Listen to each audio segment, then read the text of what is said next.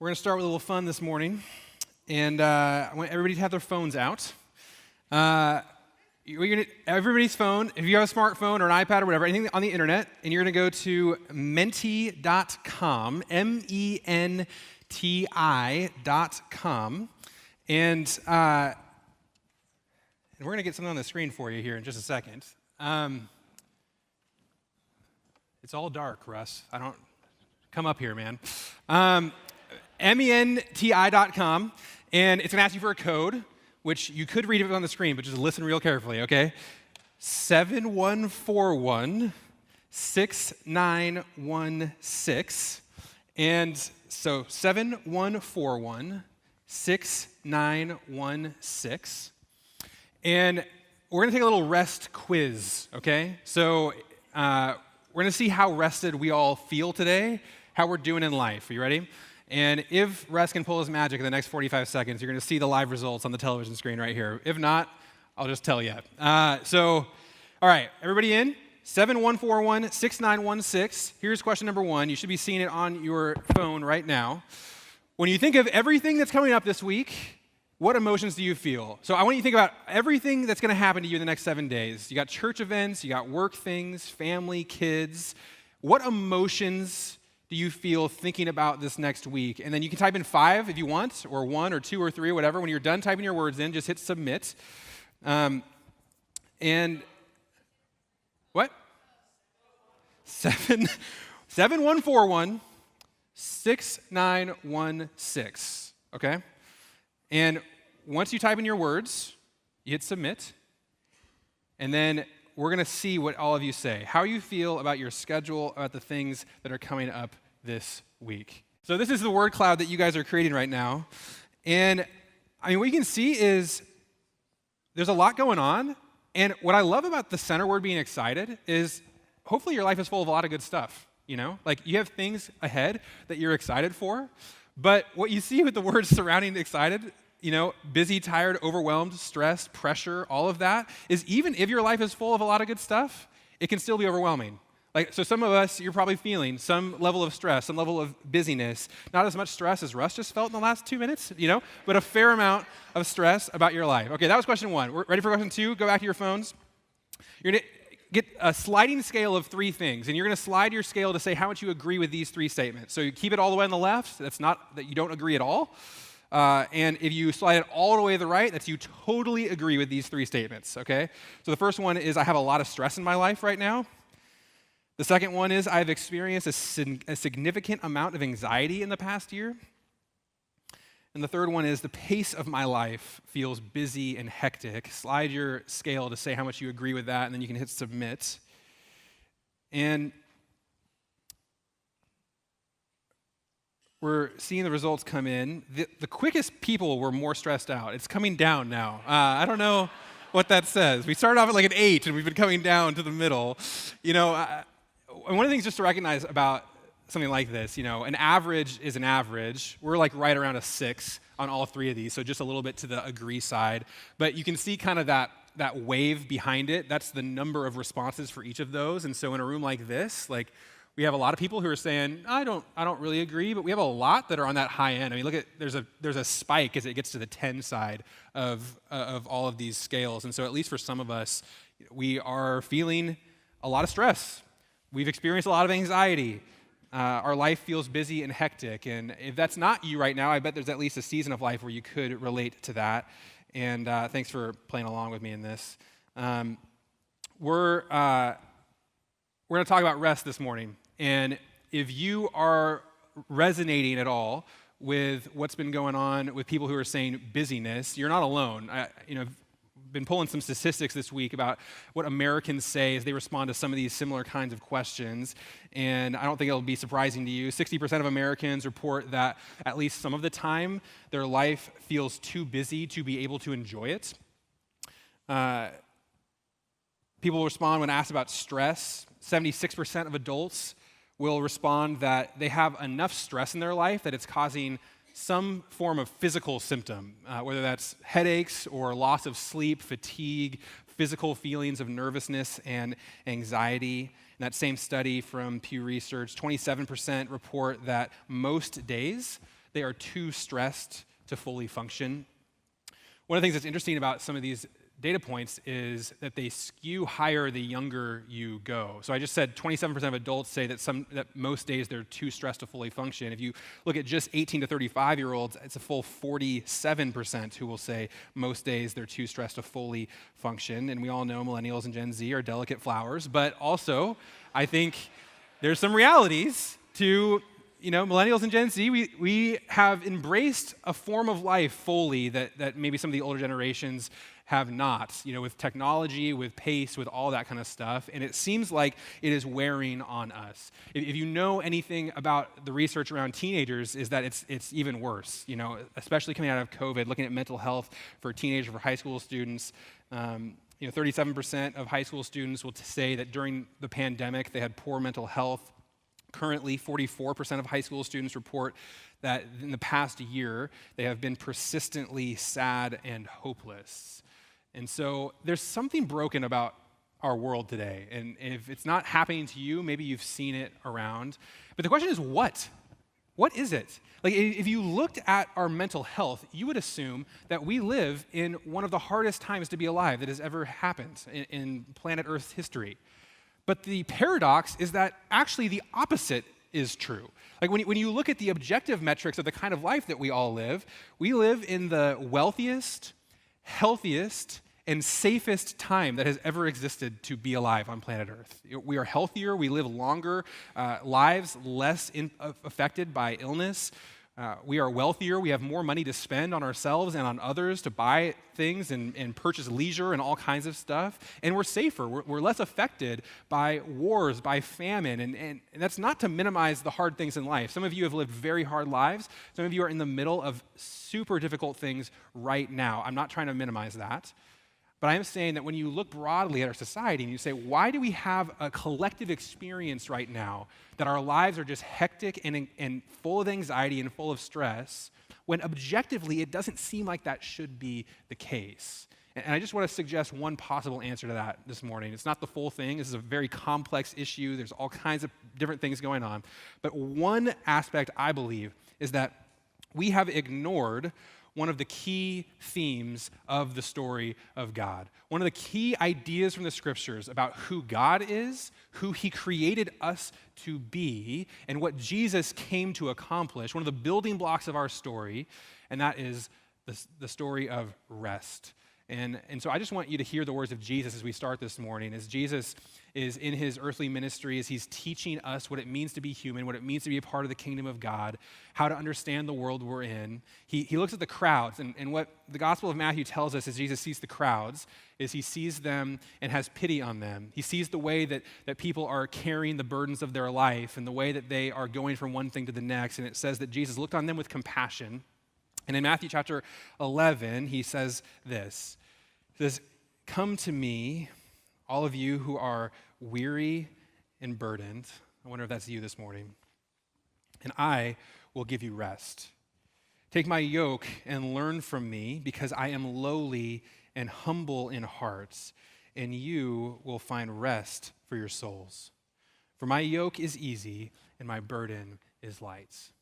And if you feel weary and burdened this morning, I hope that you let Jesus' words sink in, that he came so that he could take some of your burden from you, that you could find rest for your souls in him. So what is rest? Like, is Jesus just, seeing a problem and people are busy, people are anxious or whatever, he's saying, I got an idea, how about rest?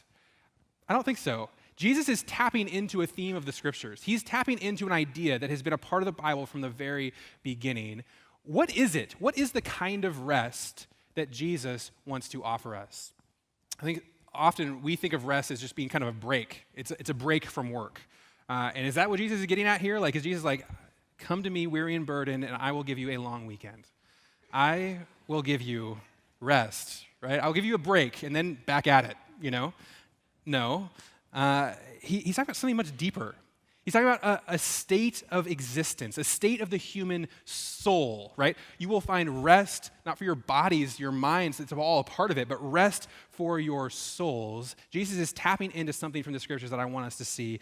Let's take a look at Genesis and see what we can learn that Jesus has in mind here. If you've been familiar with the Genesis story, we've been in this a lot in this series because so many of the themes of the Bible start in the first pages. And Genesis 1 opens with the God of all creation who doesn't need anything, who's all powerful, and he speaks our existence into being. He orders the chaos in Genesis 1, and we have the 6 days of creation in Genesis 1.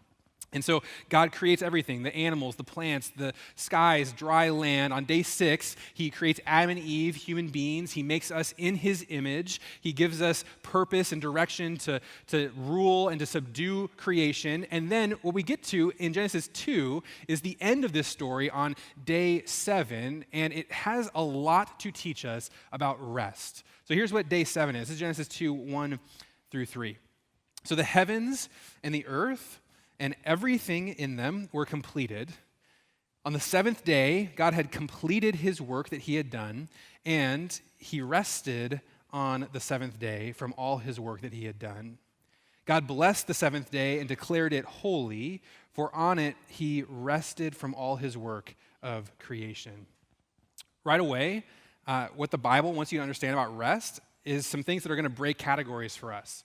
Like when you think about rest in your life, when you think about why we need rest, why we rest, most of us, the first thing we think about is that rest is a necessity of human weakness, right? Like it's because we're human, because we're frail, that we need rest, which is true. I mean, because you're a human being, you have to rest. It's not an option for you. You can try to stay up, 24 hours a day for a week. You won't make it. It doesn't matter how many Red Bulls you drink. Eventually, your brain will just start shutting down. It will force you to sleep because you're a human being. You have to have rest. If I wheeled a treadmill down here to the front and I got you on it and I turned up the speed, and you started going, you could go for a little while, like if 6.5 miles an hour, nothing crazy. You could do it. Some of you longer than others, many of you longer than me. No matter who you are, though, even if you're an ultra marathoner, eventually you would have to stop and get off because you would need to rest. It is a human need that we have. You can go hard after your career. You can be a workaholic. You can work 16-hour days, 7 days a week if you want to. Eventually, you will break down. You will burn out. You cannot do it. You need rest. Is that what this is talking about? No. Who's the first person in the Bible to rest? It's God. So what's going on here? I mean, is that what we're supposed to understand? Like God created things for 6 days and then he was just wiped, like exhausted, And God's like, day 7, self-care, like I'm on the verge of burnout and I need day 7 to rest. No. Like the Bible is painting a very different picture of what rest is. It's not a necessary evil. It's not something that we just have to do because we're human. It'd be better if we didn't need rest. No, for God, rest is an inherent good in and of itself. He doesn't need rest, and yet he rests anyways. It's an ideal state. See, and see how the biblical idea of rest is tied to something else. Why is God resting? It is because he's done, because he has completed his work. It says it twice here. On the 7th day, he had completed his work that he had done. And what this is teaching us about rest is that rest is the opportunity to enjoy the completeness of what God has done. See, he was building something, he was creating something, but when he creates it, he declares it to be very good. And now he says, okay, now we're going to enjoy this. We're going to receive the blessing that I have poured out. And he invites humanity to live in that state. Like he just created us on day 6. On day 7, he says, okay, now we're going to rest. Now we're going to enjoy. And Adam and Eve, you get to be a part of this with me. You get to rest with me. And here's what's so cool about that, is that the day 7 rest is different from the other 6 days. This is really interesting. I don't know if you caught this when you read this in our Bible reading plan. There's a pattern in Genesis 1 on the 6 days. Every day follows it, and it gets broken on day 7. Okay, the pattern is God creates something each day, he declares it to be good, and then the day comes to an end. There's a completeness to the day, it's over. So it goes like this. He creates something, declares it good, and then there's this phrase that happens over and over and over again. Evening came, and then morning, day 1. Evening came, and then morning, day 2. Evening came, and then morning, day 3. Evening came, and then morning, day 4. Evening came, and then morning, day 5. Evening came, and then morning, day 6. And then you get to day 7, and it's not there. And see, what the authors are doing is they're showing you that this day 7 rest, it isn't just a one-day thing that's over and done with. It's a state that God begins on day 7 that has no end. He invites us to just dwell indefinitely in this Sabbath rest with him, to enjoy his presence, to receive his blessing. And what's interesting about this is that it shows us that rest is more than just a stop from work. Okay? If this is true, then rest is this. To rest is to cease striving and to simply dwell in God's presence, just to be with him, to enjoy God. That's what rest is all about. See, he's actually going to invite the human beings to work. He already did in day 6. Like, work is going to be a part of this, but the opposite of rest isn't work. The opposite is restlessness. See, the opposite of rest is this human felt experience of need, of lack, of not having enough, of needing to strive, to earn, to get, to enjoy. Rest is sitting in the completeness of what God has done and receiving that from him. That's the intended state. And yet, as Adam and Eve get kicked out of the garden, we see that the lived experience of human beings is full of restlessness. It is full of not having enough, of needing to work harder, of needing to get, to protect, to keep people away from your stuff, to fight for yourself. That is what sin brings. But what God intends is the opposite of that, for you to live being able to rest and to trust him. I wonder if you can resonate at all with a feeling of restlessness. I remember a few years back, 2018, 2019, I just recognized something was off in my life. I was working here at the church, loved what I did, loved the ministry that God had me in. But in my soul, I wasn't doing so hot. I was restless. And I had realized about myself that I almost had lost the ability to truly rest with God. I was still reading my Bible, but I don't know if you ever experienced this. It was opening my Bible and reading some words and not really having an encounter with the living God. You know, my mind wandered. I was always worried about other things. I started to recognize how much more anxiety I had in normal life. You know, I remember when my phone would go off in the evenings, or I'd get a text message, there was just a spike of anxiety. What else went wrong? Who needs me? What is this about? What do I need to do? Like, those are the thoughts that were through my mind. And I was on the path to burning out. And I wasn't burnt out, but I just had this recognition. If something doesn't change, I'm in trouble. And I don't know if you've ever been there. I bet many of you can experience something like that. What we're learning about rest is that God did not create you for that. Right? Restlessness is a sign of the fall. It is the state of not being in God's presence, of not trusting and not receiving from him. I'm not saying it's sin necessarily in and of itself. I'm saying it's not God's design for you. What he wants you to experience is rest for your souls with him.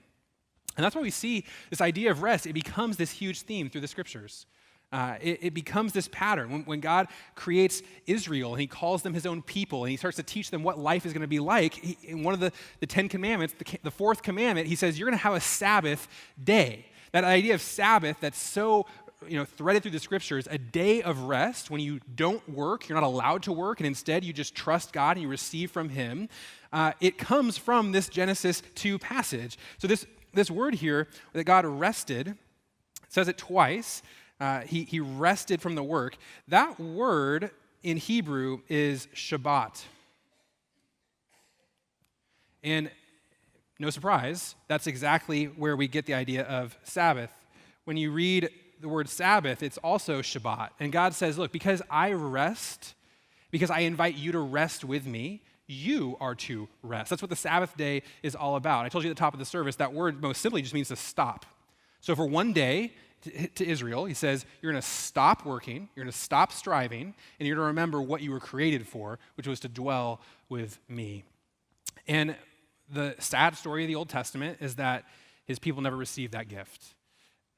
They disobey, they go off on their own, they long, they strive. They don't enter the promised land where God promised them they would be able to rest in his presence. They often violate the Sabbath day, and they get expelled from the land for that reason. God says, if you're not going to Sabbath, I'm going to force the land to Sabbath without you there. And that is the story of the Old Testament that Jesus steps into. As he comes on the scene, Israel is under bondage in Rome, and they have never experienced the true Sabbath rest that God wanted for them, to dwell in his presence, to experience him, to receive his blessing. And yet Jesus steps into this really interesting moment because he is in this time when people aren't experiencing Sabbath rest, but people are hyper concerned about the legalistic way of honoring the Sabbath. So the religious leaders in Jesus' day had created 39 different categories of work, of what it means to work, so that everybody could know exactly what they shouldn't do on the Sabbath. It included things like how many steps you're allowed to take, and whether you could pick a flower, whether you could feed your animals, or you could start a fire, things like this. So they got super serious about following all these rules about Sabbath, and it became a burden on people. And what's so interesting about Jesus is some of the early controversy that he faced was around rest. It was around Sabbath. And there's this really famous story in Mark chapter 2, and we're going to look at it in just a second. But Mark 2, this is the beginning of the Gospel of Mark. Jesus has his disciples on the Sabbath day. And don't forget, Jesus honored the Sabbath. Sometimes we think that Jesus showed up and he was like, Sabbath, who needs Sabbath? And he just ignored it all. No, Jesus was a faithful Jew. He honored the Sabbath. He went to the synagogue. What he didn't do is follow all the legalistic rules of the day. And so he, with his disciples, are walking through a field one Sabbath day, and they're hungry, and they're walking through a grain field, and he and his disciples are picking heads of grain and eating them. Sounds pretty bad to me, but that's what they were doing. So they were eating heads of grain that they picked, and the Pharisees see him, and they say, Jesus, you are breaking the Sabbath. Like, you think you're a religious leader? You think you're a teacher? You think you're a rabbi? Then why on earth would you and your disciples break the Sabbath day by picking heads of grain? See, they had these legalistic rules that picking grain was harvesting, and harvesting is work, obviously, so you're not allowed to do it on the Sabbath. And Jesus just breaks the paradigm, right? Because Jesus is saying, look, you're super concerned about not working. You're forgetting what rest really is. It's a gift from God to enjoy his goodness and his blessing, to dwell with him. And you know what that means? It means, man, when you're hungry on the Sabbath and you want to snack and the land has produced food and you as an act of worship are going to enjoy it, Jesus says, go for it. Okay, and he has this line to the Pharisees in this very moment, and he says this, and it's beautiful. It says, then he told them, the Sabbath was made for man and not man for the Sabbath. So then the Son of Man is Lord even of the Sabbath. Jesus says, actually, I'm Lord of rest. I came to fulfill the promise of rest. I know kind of what it's about. And Sabbath was never supposed to be a burden that was placed on you. That's what you've created. You created this burden with all these rules and all these ideas, and you have to be careful not to break it. Jesus says, look, Sabbath is made for you. It is a gift from God for you to be able to receive, to experience him, to have blessing from him, and to dwell in his presence. And Jesus says, that's what we're doing. Like, we're actually experiencing rest the way that God wanted us to. And so that's the question for us. And as we talk about rest as New Testament believers, often where we start is, okay, I read my Bible, Jews were doing Sabbath, there was a lot of things they weren't supposed to do. We don't have to do that, right? Right? We don't have to honor the Sabbath day. We don't have to take a day where we don't work and do all that stuff. And look, the answer is no, you don't.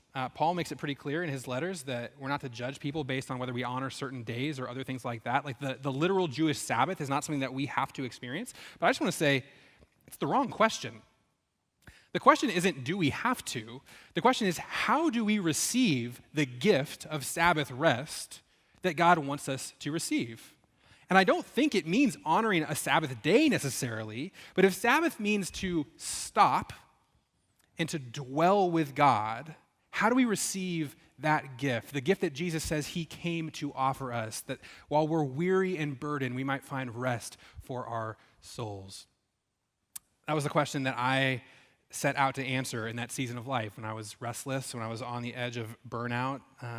I knew I needed a reset.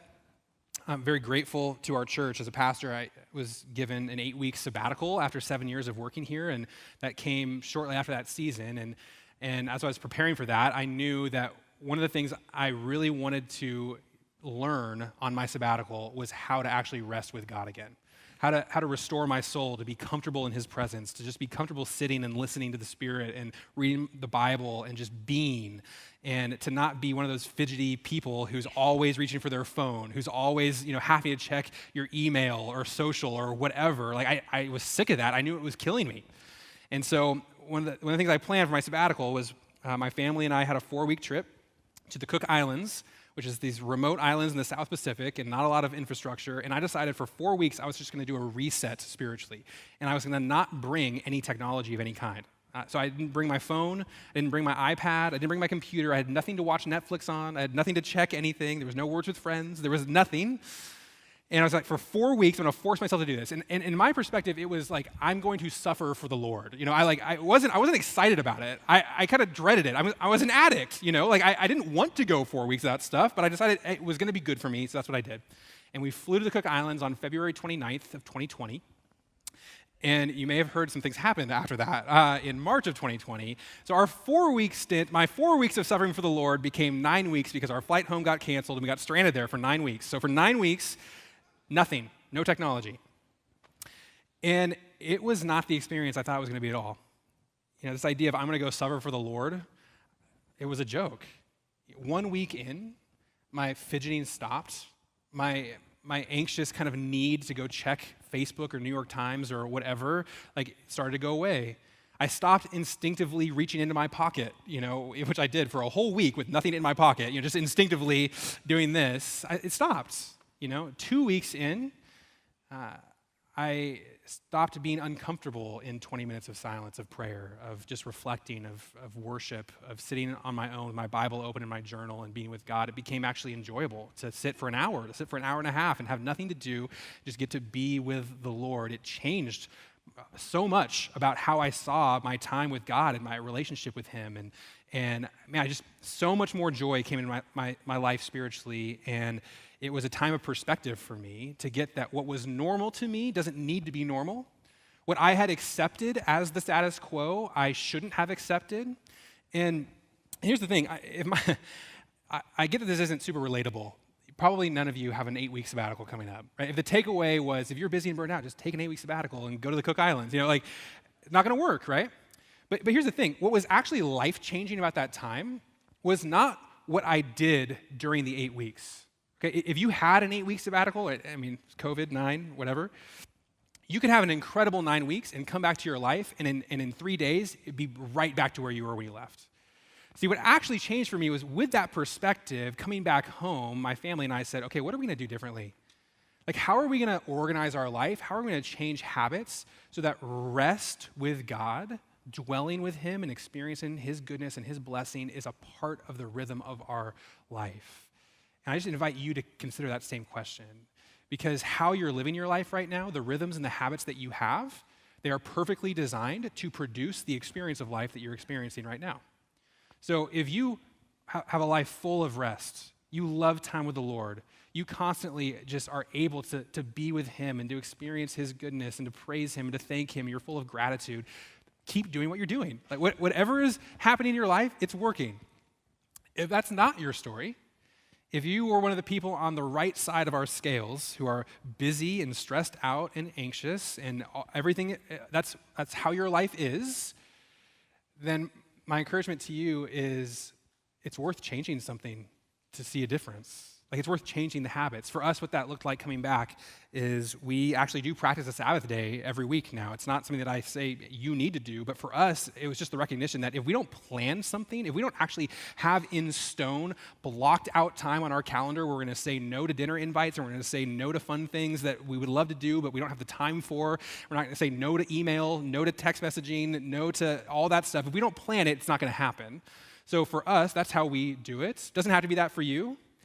But it does have to be something, because in our world today, true rest is never just going to show up on your door. It's never going to just happen. If your plan is, man, I will spend time with God when I have the time, It's just never going to happen. And even when it does, your mind will be so distracted, so chaotic, so busy, you won't even be able to sit in it. And so what does it look like for you, for your family, for your spiritual health to Sabbath, to stop, to rest, and to be with Jesus? This is what he wants to offer you. We're going to go back to that passage from the top, Matthew 11. Come to me, all of you who are weary and burdened, and I will give you rest. Take up my yoke and learn from me, because I am lowly and humble in heart, and you will find rest for your souls. For my yoke is easy and my burden is light. This is the beauty of the gospel. There's nothing left to earn. There's nothing left to accomplish. Jesus takes your sin, he takes your brokenness, and when he is nailed to that cross, one of the last things he says is, "It is finished." See, God wants you to more than know that truth in your head. He wants you to be able to feel it in your heart. He wants you to be able to experience it in your soul, that you don't have to strive anymore. You can sit and just receive the gift of a Father in heaven who loves you and wants to be with you, that you were created to have relationship with. He made you for this. And so how can you create the space in your life to sit in that truth and to experience it? I don't know what that answer is for you, but I know that we're going to do it right now. Before we sing again, I'm just going to give you a moment to Sabbath, to stop, to lift up your gaze to the Lord and to thank him for his goodness, to remember the truth of Jesus, that he has accomplished everything on your behalf. And so let's do that together now.